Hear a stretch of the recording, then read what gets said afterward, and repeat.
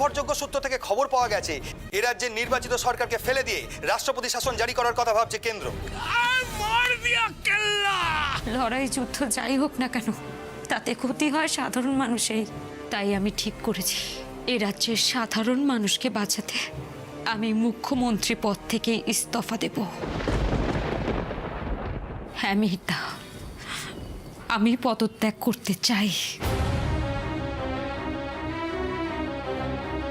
আমি পদত্যাগ করলে এ রাজ্যে রাষ্ট্রপতি শাসন আটকানো সম্ভব হবে। একদম ভুল সিদ্ধান্ত। দুর্গা, দুর্গা, তোমার মাথায় এটা এলো কি করে? তুমি ভাবলেই বা কি করে তোমার এই সিদ্ধান্ত আমরা এক কথায় মেনে নেব? তুমি জানো না দুর্গা, তুমি পদত্যাগ করলে কার উদ্দেশ্য চরিতার্থ হবে? কে এই রাষ্ট্রপতি শাসন জারি করানোর কলকাঠি নেড়েছে তুমি বুঝতে পারছো না? আমি বুঝতে পারছি মিহিরদা, আমি খুব ভালো করে বুঝতে পারছি। আর আমি এটাও জানি দিল্লির এই তৎপরতার মাথাটা হলেন মিস্টার মুখার্জি। দুর্গা, সবই যখন জানো তুমি, তাহলে তুমি কেন অবাক কেন হচ্ছ মিহিরদা? মিস্টার মুখার্জির সাথে এতদিন লড়াই করতে করতে উনি কি প্ল্যান করছেন সেটা মোকাবিলা করতে করতে এখন আমি খুব ভালো করে বুঝতে পারি মিস্টার মুখার্জি কি করতে চলেছেন, কি ভাবছেন। কিন্তু বিশ্বাস করো, আমি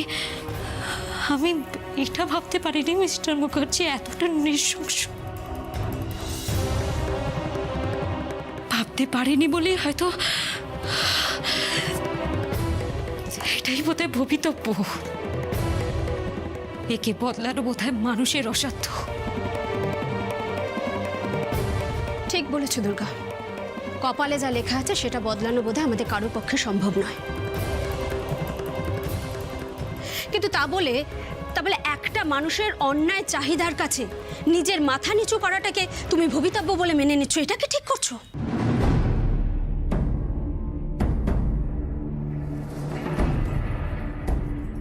আমি আমি আমি খুব দুঃখিত দুর্গা। আমি হয়তো কথাগুলো তোমাকে খুব রূঢ়ভাবে বলে ফেললাম, কিন্তু দুর্গা আমি কিছুতেই বুঝতে পারছি না তোমার এই পদত্যাগ দেওয়ার সিদ্ধান্তের পেছনে কারণটা কি? আর তুমি পদত্যাগ করলে অভিরূপ বাবুর সুবিধা হবে, এটা তুমি কেন বুঝতে পারছো না? আপনারা বুঝতে পারছেন না, বুঝতে পারছেন না আপনারা মিস্টার মুখার্জি কেন এর আছে রাষ্ট্রপতি শাসনের চালটা চেলেছেন? বুঝতে পারছেন না আপনারা? কেন? রাষ্ট্রপতি শাসন জারি করতে গেলে তো এরা যে নির্বাচিত সরকারকে ফেলে দিতে হবে। কিন্তু রাষ্ট্রপতি শাসন তো অনির্দিষ্টকালের জন্য চলতে পারে না, খুব বেশি হলে 5-6 মাস, তারপরে আবার নির্বাচন হবে। আর মিস্টার মুখার্জি সেই সুযোগটা নেবার চেষ্টা করছে। উনি আবার ভোটে দাঁড়াবেন, টাকা খাইয়ে রিগিং করে ভয় দেখিয়ে উনি ভোট কেনার চেষ্টা করবেন। আর এভাবে ওনার মুখ্যমন্ত্রী হওয়ার স্বপ্ন সার্থক হবে। আমি মুখ্যমন্ত্রী পদ থেকে ইস্তফা দিয়ে ওনার স্বপ্নে ব্যর্থ করছি। এবার বুঝতে পারছেন তো আপনারা? কিন্তু দুর্গা, সেটা কি করে সম্ভব, একটু বুঝিয়ে বলো। আমি এই বিস্ফোরণ আটকাতে পারিনি। এর দায় স্বীকার করে ইস্তফা দিলেই দিল্লির কাছে আর কোনো কারণ থাকবে না এ রাজ্যের সরকার ফেলে দেবার।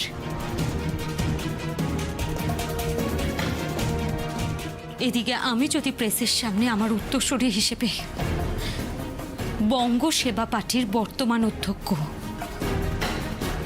মিহির মুখার্জির নাম প্রস্তাব করি,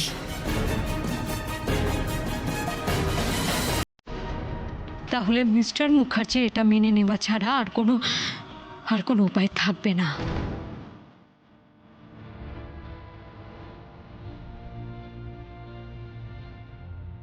তুমি একদম ঠিক বলেছো দুর্গা, আমি তোমার সঙ্গে সহমত। মিস্টার মুখার্জিকে আটকানো এবং রাষ্ট্রপতির শাসন জারি বন্ধ করার এটাই একমাত্র পথ।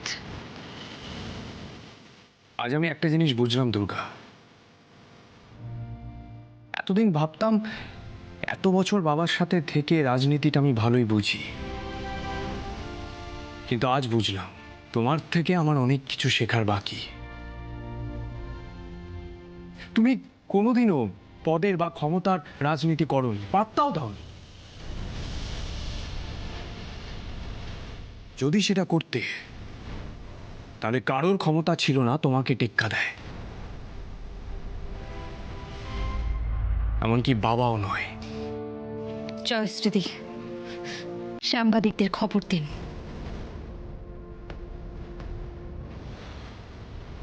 মিস্টার মুখার্জি কোনো রকম স্টেপ নেবার আগেই আমি বিকেলে এই হসপিটালে প্রেস কনফারেন্স করতে চাই।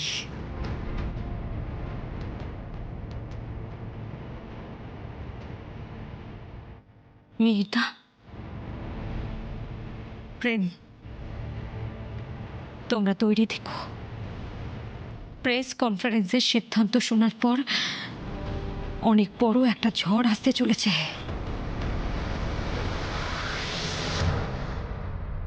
আরে কেন কল করেছে, কি বলতে চায় কিছুই জানো না তুমি?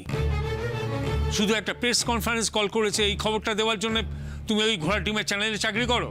হ্যাঁ, মাস গেলে টাকার প্যাকেট নিতে তো উৎসাহের কমতি দেখি না। কোনো কিছু কানে গেলেই সঙ্গে সঙ্গে আমাকে জানাবে। রাখছি। মতলবটা কি দুর্গার? হঠাৎ প্রেস কনফারেন্স রাখলো কেন? আগে থেকে যদি জানতে পারতাম তাহলে। দাদা, আপনি আবার কি নিয়ে এত চিন্তা করছেন? দাদা, একবার নিজের চেহারার দিকে তাকিয়ে দেখুন। এত দুশ্চিন্তা করলে আপনার তো প্রেশার বেড়ে যাবে আবার। আর প্রেশার? ওই দুর্গা যতদিন আছে ততদিন আমার pressure, sugar, cholesterol, uric acid কিছুই কমবে না। এই মেয়ে আমাকে শান্তিতে বাঁচতে দেবে না। কেন দাদা, দুর্গা আবার কি করলো? ও তো হসপিটালে ভর্তি। তাতে কি, ও যেখানেই যাবে সেখানেই কিছু না কিছু করবে। হসপিটালে গিয়ে সেখানে আবার প্রেস কনফারেন্স ডেকেছে। কি আবার ভানুমতির খেল দেখাবে কে জানে। ভানুমতির খেল আবার কি দেখাচ্ছে? রিয়া, মিহির কোথায়? দাদাভাই দুর্গাকে দেখতে হাসপাতালে গেছে। কেন? না, এমনি।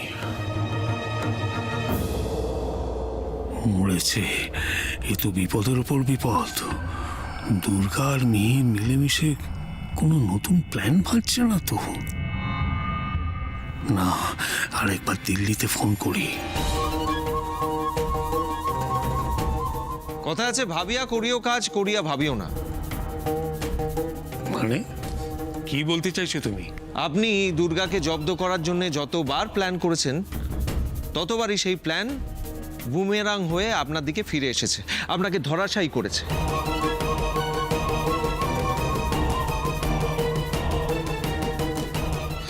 আমার তো মনে হচ্ছে আপনি আবার কিছু একটা করার চেষ্টা করছেন। এত কিছুর পরেও আপনার শিক্ষা হলো না শ্বশুরমশাই?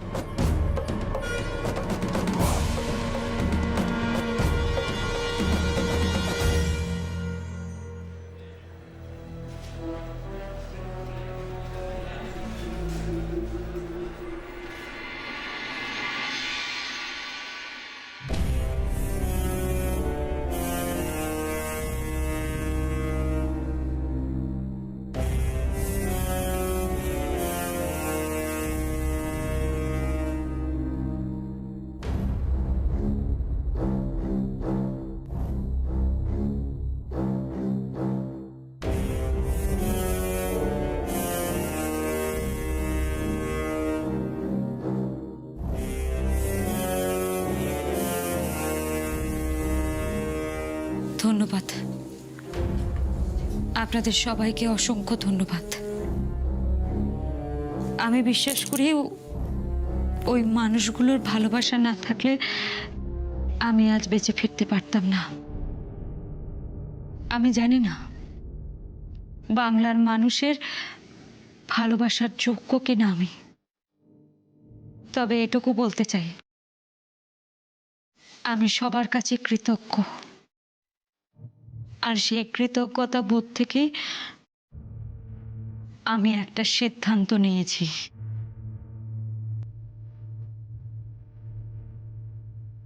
আর সেটা আপনাদের মাধ্যমে এ রাজ্যের সাধারণ মানুষের কাছে আমি পৌঁছে দিতে চাই।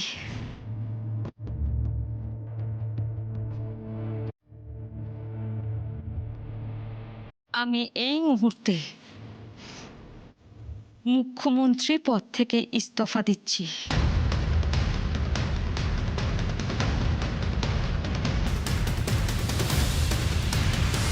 আপনারা সবাই জানেন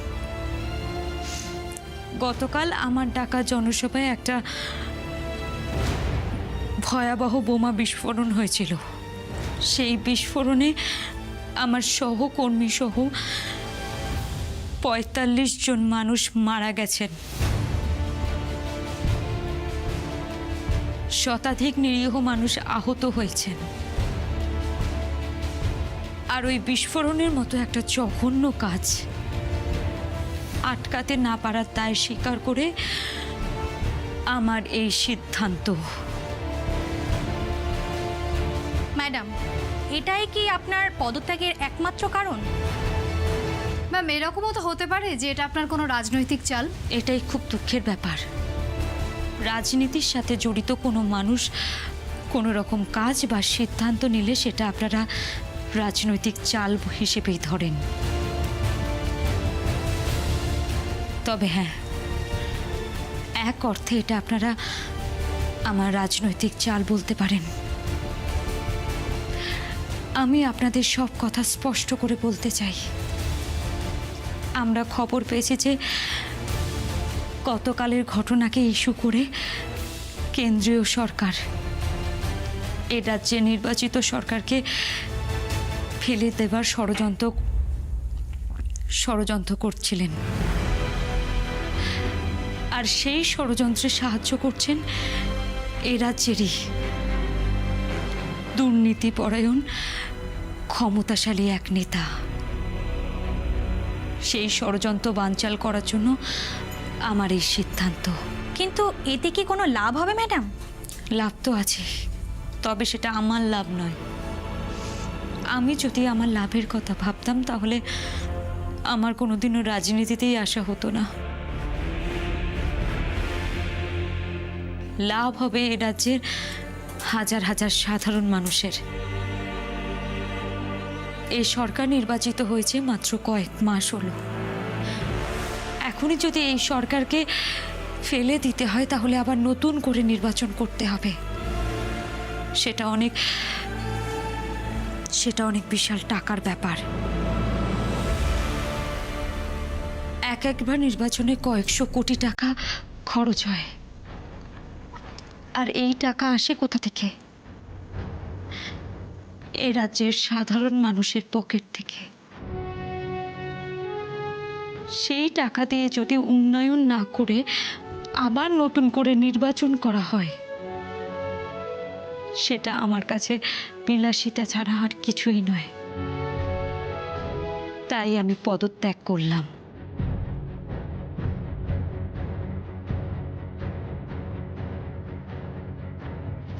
আমি না থাকি কোনো ক্ষতি নেই, কিন্তু সাধারণ মানুষের নির্বাচন করার সরকার তো থাকবে। কিন্তু ম্যাডাম, আপনার জায়গায় মুখ্যমন্ত্রী হিসেবে কে আসবেন সে নিয়ে কি কোনো সিদ্ধান্ত নেওয়া হয়েছে? দেখুন, এই সিদ্ধান্ত আমি নিতে পারি না। আমি যখন বঙ্গ সেবা পার্টির কেউ ছিলাম না, তখন বঙ্গ সেবা পার্টির সদস্যরা আমাকে মুখ্যমন্ত্রী করেছেন। এই সিদ্ধান্তটা ওনারাই নেবেন। হ্যাঁ, তবে আমি সাজেস্ট করতে পারি। ম্যাম, আপনি কি ইতিমধ্যে কারোর নাম পরবর্তী মুখ্যমন্ত্রী হিসেবে সাজেস্ট করেছেন?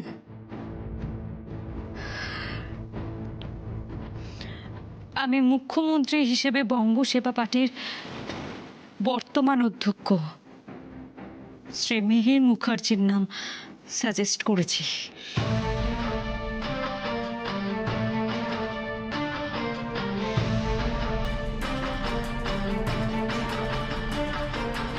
বঙ্গ সেবা পার্টির কি রিঅ্যাকশন ম্যাডাম? আমি দুর্গা চক্রবর্তীর পদত্যাগ করার সিদ্ধান্তের কথা আগেই জানতে পেরেছি। জেনে আমি আমাদের বঙ্গসেবা পার্টির প্রবীণ নেতাদের সঙ্গে কথা বলি এবং সর্বসম্মতিক্রমে বঙ্গসেবা পার্টি থেকে এ রাজ্যের মুখ্যমন্ত্রী হিসেবে মিহির মুখার্জিকে মনোনীত করা হয়েছে।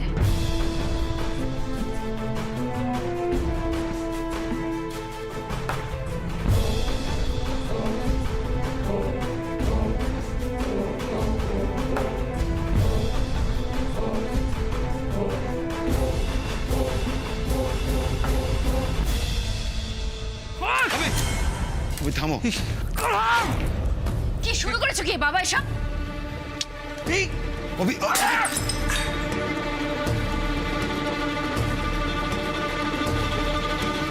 কি হলো, কি হয়েছে এখানে? এত শব্দ কিসের? কি হয়েছে রিয়া? এ কি ঘরের এই অবস্থা কে করলো? কে আবার? আমার শ্বশুর মশাই। কেন দাদার আবার কি হলো? আনন্দ হয়েছে, প্রচন্ড আনন্দ। সেই জন্য পুরনো সমস্ত জিনিস ভেঙে চুরে একসা করছেন, নতুন করে আবার ঘর সাজাবেন নতুন নতুন জিনিস দিয়ে, সেই জন্য। হঠাৎ জেঠুমনি এত আনন্দ পেলো কেন? ওমা জানো না, ওনার বড় ছেলে মিহির মুখার্জি এই রাজ্যের মুখ্যমন্ত্রী হয়েছে, সেই জন্য আনন্দ হয়েছে।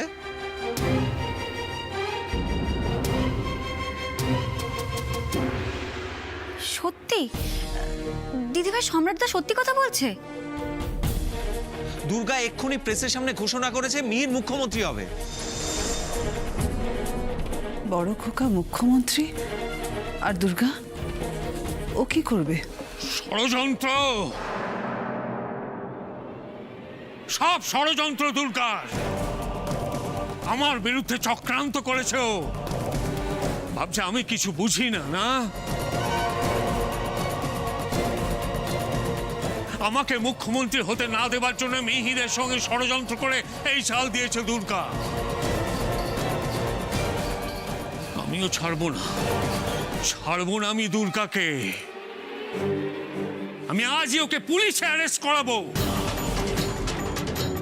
ও বোমা বিস্ফোরণ আটকাতে না পারে তাই নিজের কাঁধে নিয়ে সবার কাছে মহান হতে চাইছে, তো তাই শিকার বার করছি আমি। আমাকে জেলে পুরেছিল না ও, অভিরূপ মুখার্জিকে, এবার আমি ওকে জেলের ঘানি টানাবো।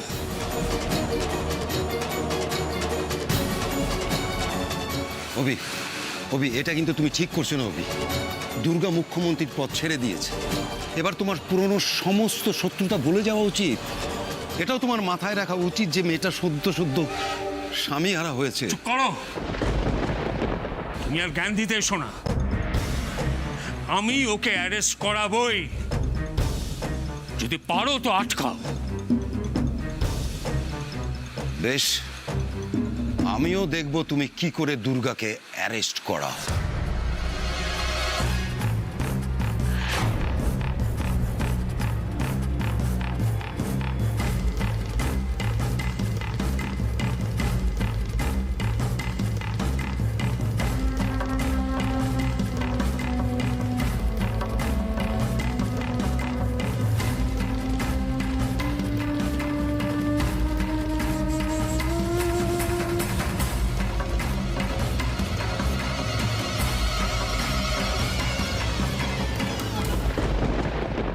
ম্যাডাম, এবার একটা অন্য প্রসঙ্গে কথা বলি। আপনার স্বামী অনির্বাণ মুখার্জি যে বোমা বিস্ফোরণে মারা গেছে, আমি বিশ্বাস করি না আমার স্বামী বোমা বিস্ফোরণে মারা গেছেন। কিন্তু ম্যাডাম, পুলিশ রিপোর্ট তো বলছে। পুলিশের সাথে আমার কথা হয়েছে, ওনারা বলেছেন 99%ই ওনারা নিশ্চিত অনির্বাণ মুখার্জি ওই বোম ব্লাস্টে মারা গেছেন। হয়তো আমার মন রাখতেই ওনারা এই 1% ছাড় দিয়েছেন।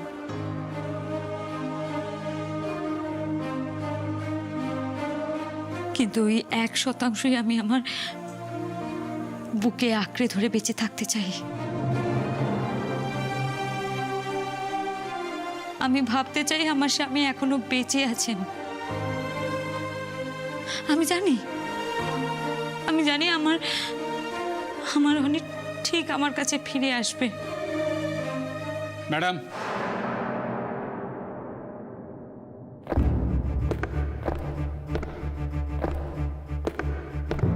আমরা সিআইবি থেকে আসছি। আমাদের কাছে আমার নামে অ্যারেস্ট ওয়ারেন্ট আছে তো? বিস্ফোরণ আটকাতে না পারা তাই আমি স্বীকার করে নিয়েছি বলে মিস্টার অভিরূপ মুখার্জি আপনাদের পাঠিয়েছেন, তাই তো?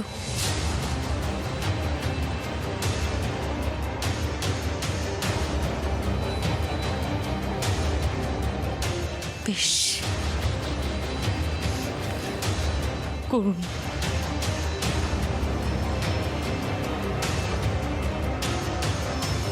আমাকে অ্যারেস্ট করুন। ওই জনসভায় বোমা বিস্ফোরণ আমি ঘটিয়েছিলাম।